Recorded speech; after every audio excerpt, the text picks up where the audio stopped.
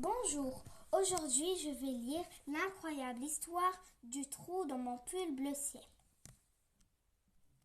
L'autre soir, après l'école, je racontais ma journée à papa pendant qu'il s'occupait du linge.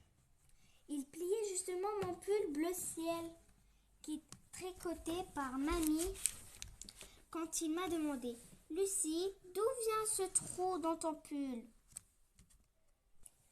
Ah, je voulais justement t'en parler. Il m'est arrivé une histoire incroyable. Vas-y, je t'écoute. Et arrête un peu avec le chocolat ou tu vas avoir mal au ventre, ajoute papa. Ça, je le sais, il me le dit tout le temps. Mais c'est tellement bon. Eh bien, voilà. Figure-toi que j'ai entendu de drôles de bruits dans mon armoire l'autre soir. J'ai ouvert la porte, je me suis cachée et j'ai attendu sans bouger. Tu sais, comme je suis une grande enquêtrice, souviens-toi le jour où j'ai retrouvé les clés de la boîte aux lettres. Tu les avais jetées dans la corbeille à papier. Je te le rappelle, me dit papa. Oui, mais c'est moi qui m'en suis souvenu, dis-je fièrement. Je me tenais donc derrière la porte quand le bruit a commencé. Un petit grattement très discret.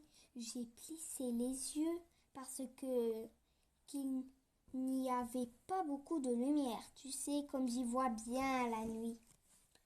Souviens-toi quand j'ai évité de me cogner dans la caisse l'autre nuit.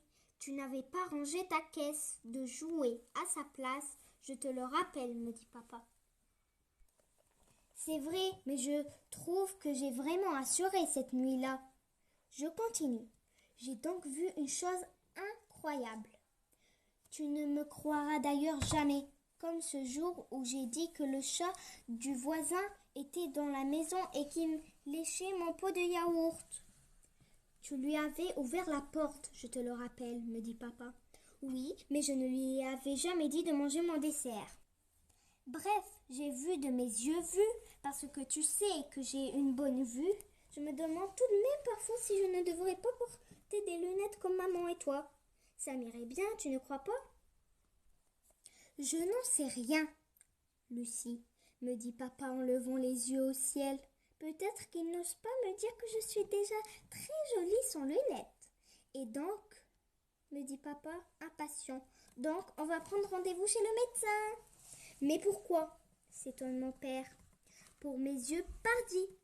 Tes yeux vont très bien, Lucie. Explique-moi plutôt ce que tu as vu dans ton armoire.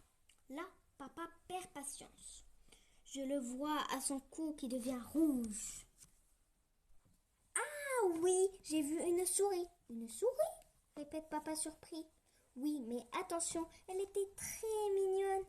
Elle avait un petit nez rond comme ma prof de judo, Mélanie. Alors je l'ai appelée Mel.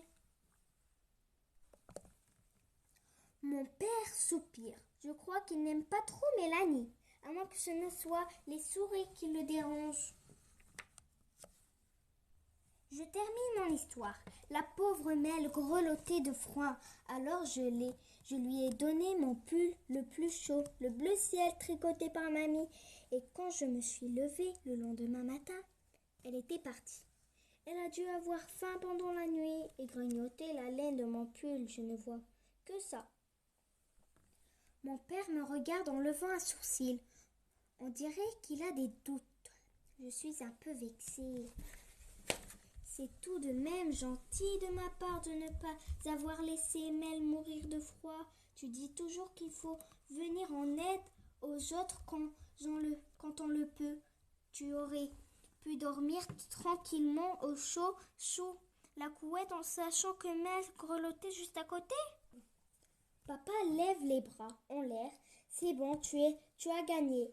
On demandera à mamie de le réparer, mais fais attention à ne pas confier ton pull à une souris la prochaine fois que tu en croiseras une, ajoute-t-il en s'éloignant avec la panière à linge.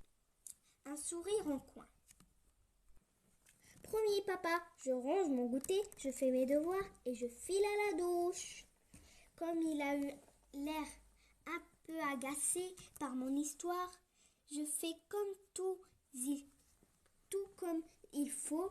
Je range mon verre au lave-vaisselle, le pot de pâte à tartiner dans le placard et la cuillère. Zut! Elle tombe sur ma jupe. J'ai une belle tache de chocolat maintenant, comme avec la crème que j'ai mangée en cachette le jour où je portais mon pull bleu ciel. Zut! Zut! Alors, je file dans ma chambre, prends ma paire de ciseaux et quick, je coupe un tout petit peu.